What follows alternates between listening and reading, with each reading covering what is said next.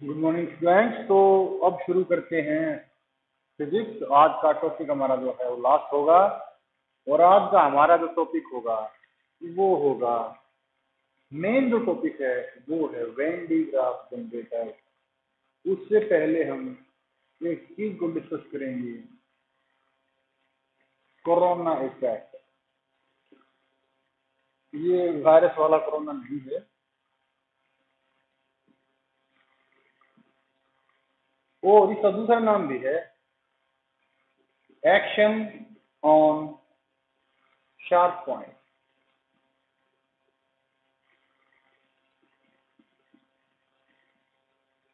दोनों ही चीजें सेम हैं, लेकिन वेन डी ग्राफ जनरेटर को पढ़ने से पहले, वेन डी ग्राफ जनरेटर को समझने से पहले हमें कोरोना इफेक्ट या एक्शन ऑन शार्प पॉइंट को समझना होगा।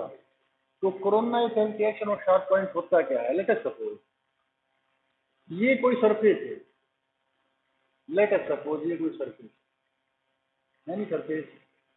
तो इस सरफेस पर कोई भी शार्प पॉइंट नहीं है। तो अगर किसी पूरी सरफेस के ऊपर कोई शार्प पॉइंट नहीं है तो चार्ज का डिस्ट्रीब्यूशन भी सिमिलर ही होगा। यानी कि इस, मान लीजिए ये कोई सरफेस है, लेट अस सपोज कि ये कोई सरफेस है, इसके हर एक पॉइंट पर चार्ज डेंसिटी सेम होगी। लेकिन लेट अस सपोज कि हमारे पास एक बॉडी है जिसकी सरफेस पर शार्प पॉइंट है। लेट अस सपोज ये कोई सरफेस है, ये कोई सरफेस है, और ये इसका शार्प पॉइंट हो गया। लेट अस सपोज ये शार्प पॉइंट है, और हमने देखा है कि चार्ज बेसिकली स्मॉल पैकेट के रूप में एग्जिस्ट करता है, और जब चार्ज स्मॉल पैकेट के रूप में ही एग्जिस्ट कर रहा है तो जिस तरह ये भी एक शार्प, अगर हम इनको शार्प पॉइंट नहीं माने, ये शार्प पॉइंट, तो जो चार्ज जो छोटे छोटे पैकेट हैं, हम मान लेते हैं कि इलेक्ट्रॉन का पैकेट है, तो एक इलेक्ट्रॉन यहाँ, यहाँ, यहाँ, तो ये एक दूसरे से बराबर तकरीबन सिमिलर दूरी पर होंगे। लेकिन ध्यान दें, जो ये पॉइंट है, इस पॉइंट के चारों तरफ अगर आप ध्यान से देखेंगे, अगर आप इस चीज को गौर से देखें, तो जो ये पॉइंट है, ये वाला पॉइंट है, इसके ऊपर ज्यादा चार्ज इकट्ठा हो जाता है। और अगर किसी एक पॉइंट पर ज्यादा चार्ज होगा तो क्या होगा? तो वहां पर रिपल्शन होगा, और रिपल्शन की वजह से चार्ज की लीकेज होगी। So the leakage of charge from the sharp points of a surface is called action on sharp points, or we can say corona effect. और ये कोरोना वायरस नहीं है, कोरोना इफेक्ट एक काफी पहले से दिया गया नाम है। तो कोरोना इफेक्ट क्या होता है? कोरोना इफेक्ट होता है leaking of charge on the sharp edges, from the sharp edges of a surface is called corona effect और एक्शन ऑन शार्प पॉइंट। और जो लाइटनिंग कंडक्टर होता है वह भी इसी प्रिंसिपल पर काम करता है। मान लीजिए ये कोई क्लाउड है, लेट अस सपोज ये क्लाउड है, और इसमें नेगेटिवली चार्ज, ये क्लाउड नेगेटिवली चार्ज है, और मान लीजिए ये ग्राउंड पर हमने क्या लगा दिया, हमने एक लाइटनिंग कंडक्टर, तड़ित चालक लगा दिया, लाइटनिंग कंडक्टर लगा दिया, और लाइटनिंग कंडक्टर ये शार्प पॉइंट है। तो क्या होगा? इन शार्प पॉइंट से चार्ज लीक होगा, और जैसे ही नेगेटिव और पॉजिटिव चार्ज इंटरेक्ट करेंगे तो लाइटनिंग स्ट्राइक होगी, यानी जैसे ही दोनों मिलेंगे तो बिजली गिरेगी। तो lightning conductor, the principle of lightning conductor is same as that of corona effect, or we can say corona effect is the principle of lightning conductor। तो हमने देखा है कि जो ऊंची इमारतें होती हैं, जिस तरह आप ये मान लीजिए कोई बड़ी इमारतें हैं 10 मंजिला 15 मंजिला, और इससे भी जिस तरह मोबाइल टावर होते हैं, तो उनके ऊपर हम एक लाइटनिंग कंडक्टर लगाते हैं, क्योंकि वो चीजें ग्राउंड से, जमीन से काफी ऊपर होती हैं और उनके ऊपर लाइटनिंग का खतरा सबसे ज्यादा होता है। तो हम क्या करते हैं, हम चीजों, जो चीजें जमीन से काफी ऊंचे तक, ऊपर तक जाती हैं, हम उन पर एक लाइटनिंग कंडक्टर लगा देते हैं उन इमारतों पर। तो होगा क्या, जैसे ही लाइटनिंग स्ट्राइक होगी तो सबसे पहले वो लाइटनिंग कंडक्टर पर होगी और वो एक वायर के द्वारा हम उसको जमीन में ले जाएंगे। और क्योंकि धरती, अर्थ जो है वो काफी बड़ी है, तो ये हमेशा लोअर पोटेंशियल पर ही रहेगी, चाहे जितना मर्जी चार्ज हम इसको दे दें। तो ये था लाइटनिंग कंडक्टर। और अब हम देखेंगे वेन डी ग्राफ जनरेटर, जो कि हमारा आज का मेन टॉपिक है, वो है वेन डी ग्राफ जनरेटर। तो वेन डी ग्राफ जनरेटर होता क्या है, क्या कार्य करता है, कैसे कार्य करता है, what it does, how it does.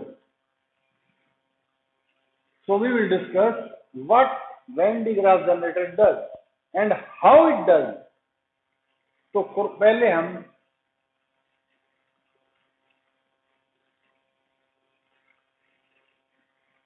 पहले हम वेन डिग्राफ जनरेटर का डायाग्राम ड्रा करते हैं। तो डायाग्राम ड्रा कैसे करेंगे, तो डायाग्राम ड्रा ऐसे करेंगे। कंस्ट्रक्शन और डायग्राम बहुत ही आसान है। कैसे,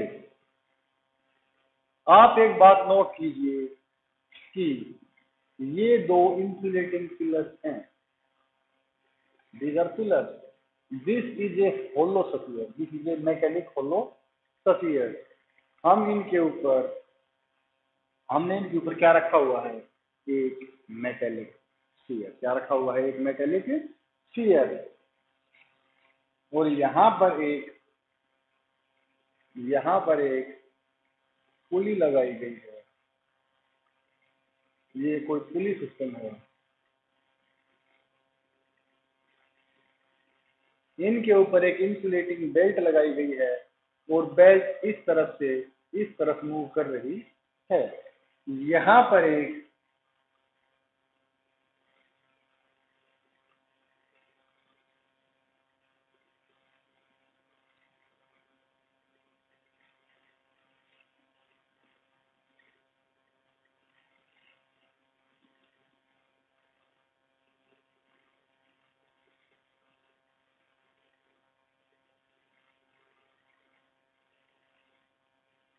ये पिलर है 1, ये पिलर 2, ये पुली P1, ये पुली P2, ये इसका सेंटर O, ये इसका सेंटर O। यहाँ पर एक है प्रेकॉम, हम इसको बोलेंगे प्रेकॉम, और इसको हमने जोड़ रखा है हाई टेंशन सोर्स से, और इसका एक सिरा हमने किया हुआ है ग्राउंड। तो ये हाई टेंशन सोर्स है और ये सारा अरेंजमेंट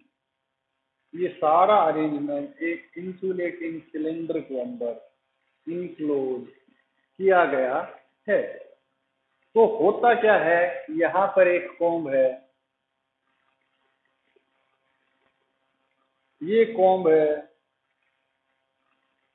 B1, ये कॉम्ब है B2। तो ये है, और यहाँ पर होगी एक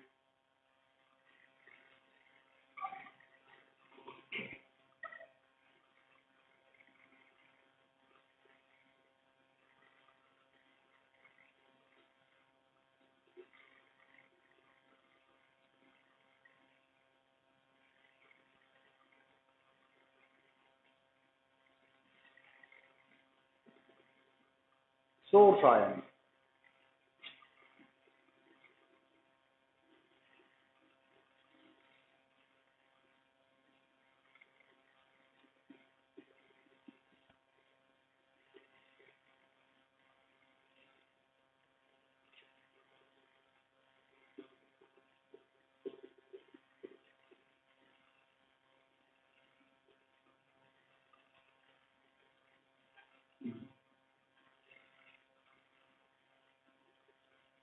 तो ये है हमारा कंप्लीट सेटअप एक वेन डी ग्राफ जनरेटर का।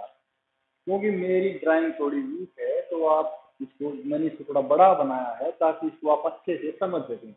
ये दो पिलर हैं, इनके ऊपर ये एक होलो स्फीयर है, ये पुली P1 है, ये पुली P2 है, और ये इनके ऊपर एक बेल्ट है जिसको हम हरियाणवी लोकल लैंग्वेज में बोलते हैं एक पट्टा है, और ये घूम रहा है इस तरह।